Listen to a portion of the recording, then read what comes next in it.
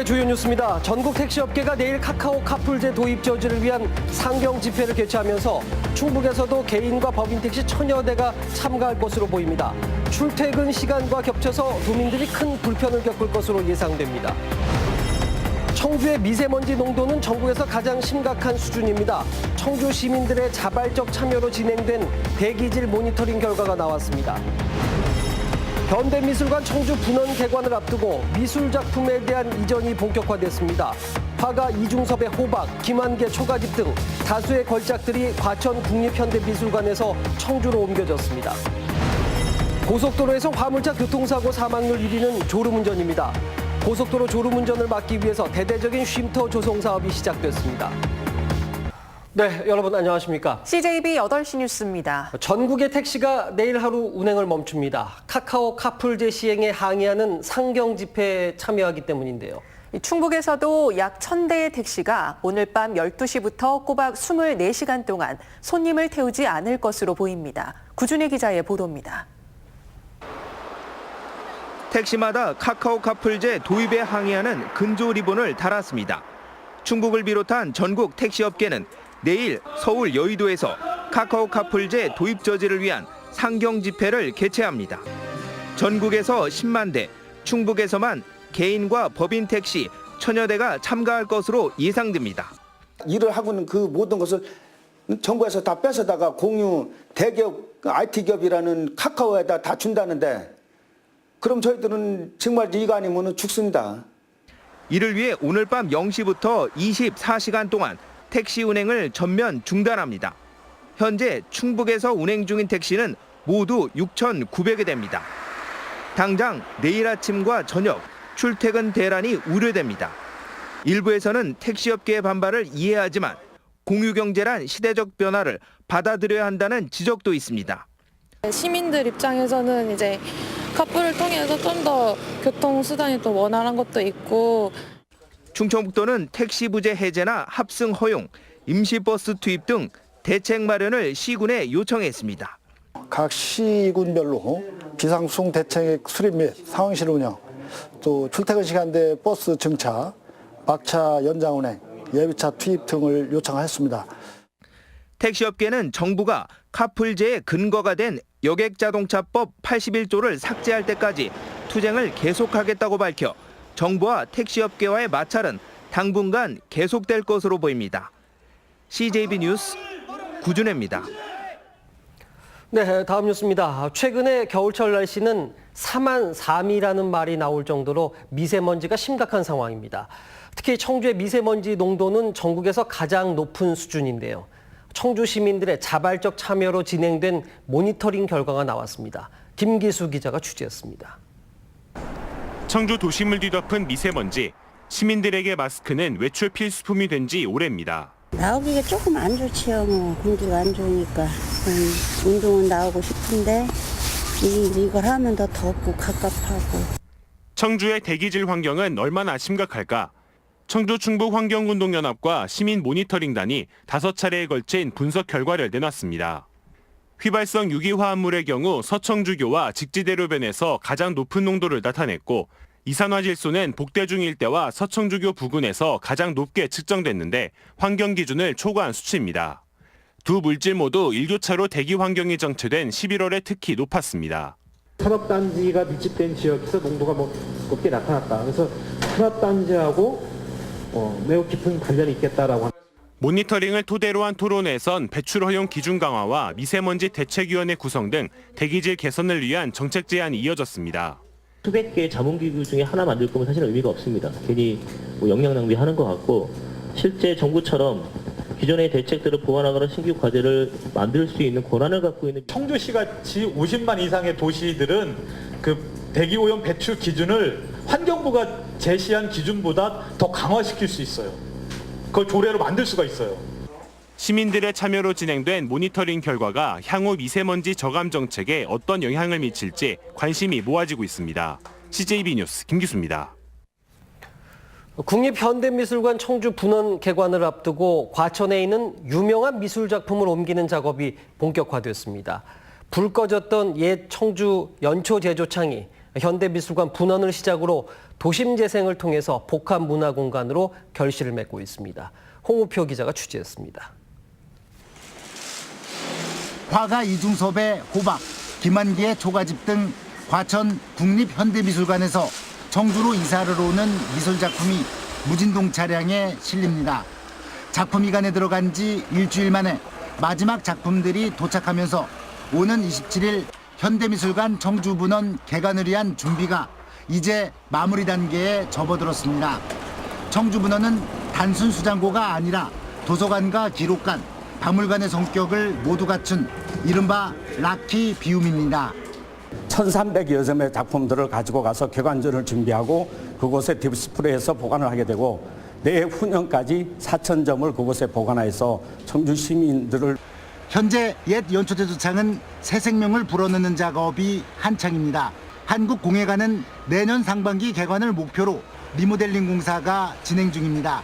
연면적 5만여 제곱미터의 거대한 흉물이 이제 아트샵, 북카페 등 상업시설이 망라된 복합 문화공간으로 거듭나는 것입니다. 주차장 1012면하고 그다음에 이 본관동에 공예관으로의 리모델링 사업을 완료하게 되면 우리 청주 중부권 핵심 문화시설로 자리매김할 것으로 기대가 됩니다. 당초 1,700억 원이 투입돼 새 판을 짤 예정이던 옛 연초대도창 2단계 도시재생 사업은 원형 보존을 통해 정체성을 유지하는 쪽으로 가닥을 잡아가고 있습니다. 불 꺼졌던 옛 연초대도창이 15년 만에 현대미술관 분원을 시작으로 도시재생 사업에 결실을 맺고 있습니다. CJB 뉴스 홍표입니다. 현존하는 세계에서 가장 오래된 금속 활자본인 직지를 소재로 한 첫 번째 영화 우리가 3년에 걸친 작업 끝에 마침내 완성됐습니다. 열악한 제작 환경 속에서도 직지를 알리겠다는 영화인들이 만든 의미 깊은 영화입니다. 정진규 기자입니다. 영화 우리는 내병변을 앓고 있는 극작가가 직지에 대한 글을 쓰며 겪게 되는 일을 그린 역사 멜로물입니다. 금속 활자 창제 당시와 현재를 오가는 독특한 구성을 취하고 있습니다. 이러다가 내가 널 쓰고 있어. 근데 쉽지가 않네. 이 영화의 런닝타임은 93분. 직지를 소재로 한 첫 장편 영화입니다. 우리의 청춘과 사랑을 지닌 삶은 여전히 탄생했습니다. 하지만 우여곡절도 많았습니다. 부족한 제작비 탓에 영화를 완성하는 데만 꼬박 3년이 걸렸습니다. 제작 중단 위기에 놓일 때마다 도내 대학과 기업, 병원은 물론 일반인들까지 손을 내밀었습니다. 편의 제공, 식당, 장소 제공, 전기 제공 이런 걸 기꺼이 도움을 주셨기 때문에 영화를 마지막까지 잘 완성할 수 있었습니다. 현존하는 세계에서 가장 오래된 금속 활자본인 직지는 모두 2권. 하지만 상권은 분실됐고 하권 역시 프랑스가 소장하고 있습니다. 이 같은 사실을 알리기 위해 도내 대학 출신 감독과 배우들의 재능 기부로 작업을 끝마쳐 그 의미를 더하고 있습니다. 영화 하나가, 작은 불씨 하나가 회자되고 여론을 형성해가지고 직지를 반환하는 데 운동에 좀 힘을 써 주십사. 영화 우리는 이번 주 금요일 청주 롯데시네마에서 첫 시사회를 연 뒤 각종 국내외 영화제에 출품될 예정입니다. CJB 뉴스 정진규입니다. 균형발전 지방분권 충북본부는 오늘 도청에서 기자회견을 갖고 정부의 반도체 클러스터 수도권 구축 계획을 강력히 성토했습니다. 이들은 수도권 반도체 클러스터를 구축하면 수도권 과밀과 국토의 불균형을 심화시켜 결국 지방 소멸을 앞당기게 된다고 주장했습니다. 한편 산업통상자원부는 내년도 주요 사업으로 경기 용인의 반도체 특화 클러스터 조성 계획을 포함시켰습니다. 네, 다음 뉴스입니다. 고속도로에서 화물차 교통사고 사망률 1위는 바로 졸음운전입니다. 이 화물차 졸음운전을 막기 위해 대대적인 쉼터 조성 사업이 시작됐습니다. 장원석 기자입니다. 구급대원들이 사고 현장을 수습하던 순간 뒤따르던 25톤 화물차가 굉음을 내며 승용차와 구급차를 덮칩니다. 졸음 운전을 했던 20대 화물차 운전자는 현장에서 숨졌고 2명은 중태에 빠졌습니다. 최근 5년간 4천여 건의 화물차 교통사고로 인한 사망자 수는 500여 명. 이 중 40%인 213명이 졸음운전으로 목숨을 잃었습니다. 한국도로공사가 졸음운전을 막기 위해 화물차 라운지 1호점에 문을 열었습니다. 설문조사를 통해 비좁은 졸음 쉼터와 불편했던 화물차 휴게소를 개선한 표준 모델입니다. 화물 운전자들을 위한 전용 휴게시설이 많이 부족한 상황에서 특히 이 졸음운전에 의한 사망사고 획기적으로 줄일 수 있다는 그런 기대를 갖고 있습니다. 도난 우려에 쉬지 못했던 화물차 운전자들의 요구에 맞춰 CCTV 등 보안 시스템을 설치했고 수면실과 샤워실, 안마기와 운동기구 등을 갖춰 편의성을 높였습니다. 다른 데는 보증금이랑 이런 게 필요했었는데 그런 번거로운 거 없어서 좋은 것 같고 무엇보다 겨울철인데 지금 온돌 시설이 돼 있어가지고 너무 좋은 것 같아요. 한국도로공사는 내년까지 전국의 일반 휴게소에 졸음운전을 막기 위한 화물차 라운지를 20개까지 확대할 방침입니다. CJB 뉴스 장원석입니다.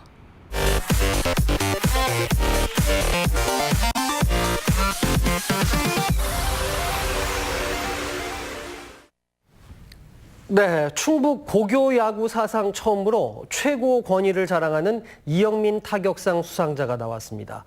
청주고등학교 최정원 선수가 주인공인데요.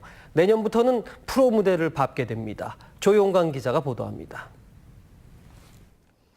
매섭게 배트를 휘두를 때마다 백구가 그라운드를 시원스레 가릅니다. 올해 고교야구 최고 권위의 이영민 타격상을 수상한 청주고 최정원 선수. 이영민 타격상은 일제강점기 천재타자 이영민 선수를 기리기 위해 지난 1958년 이후 단 한 명의 타격왕에게 주는 상입니다. 역대 수상자도 백인천과 이광한, 이만수를 비롯해 최정, 김현수, 박민호 등 내놓으라 하는 선수들이 질비합니다. 최정원 선수의 60타석 평균 타율은 5할 1푼 4리로 역대 수상자 중 두 번째로 높습니다. 도루도 17개를 기록하며 호타 준족의 계보를 이을 선수로 주목받고 있습니다. 감독님, 코치님이 시키는 대로 믿고 따라갔던 게 제일 컸던 것 같고요. 그리고 방망이에 좀 더 신경 쓴 게 또 이런 결과가 있지 않았나. 최 선수는 도내 고교 선수 중 유일하게 프로에 지명돼 내년부터는 NC 다이노스 유니폼을 입게 됩니다. 박민우 선배님을 장점을 많이 닮아가지고 최대한 빨리 1군에 올라가서 또 팬분들께 인정받을 수 있도록. 컨택 능력이 아주 뛰어나고요. 그러니까 굉장히 승부욕이 강한 친구라 그리고 센스가 뛰어나기 때문에 도루 능력도 탁월합니다. 최 선수는 이영민 타격상 수상자 일부가 부상과 부진으로 빛을 보지 못했던 징크스를 깨보이겠다는 당찬 포부도 밝혔습니다. CJB 뉴스 조윤광입니다. 청주시가 상습 정체 구간이던 청주대 사거리 일대 도로 확장 공사를 마무리하고 내일 전면 개통합니다. 청주시는 예산 250억 원을 들여서 청대 사거리부터 내덕 7거리 700m 도로를 7차로로 확장했습니다. 청주시는 또 통신과 도시가스 등의 지중화 사업으로 보행 환경도 개선했습니다. 23개월째 공석인 충북경제자유구역청장에 전 평창동계올림픽 조직위원회 전형식 재정정산국장이 임명됐습니다. 전 청장은 행정고시 38회로 기획재정부 연구개발예산과장과 국고과장 등을 지냈습니다. 임대형 민자 사업을 통해서 설립한 BTL 학교의 청소 경비 노동자들이 고용 안전과 임금 삭감 시도 중단을 촉구했습니다. BTL 학교 노동자들은 최저임금 인상 효과를 줄이기 위해서 노동시간 축소 등 고용 불안에 시달리고 있다고 밝혔습니다. BTL 학교는 민간 투자자가 학교를 건설해서 20년 동안 건물을 운영하고 교육청이 임대료와 운영비를 지원하는 형태로 운영되고 있습니다. 진천군의회 임정구 의원이 어려운 이웃을 위해 써달라며 성금 540만 원을 진천군에 기탁했습니다. 임 의원은 지난 6.13 지방선거에 당선된 뒤 군의회 개원 후 6개월간 받은 의정 활동비를 적립해 성금을 마련했습니다. 다음은 저희 CJB의 희망 2019 나눔 캠페인 성금을 보내주신 분들입니다.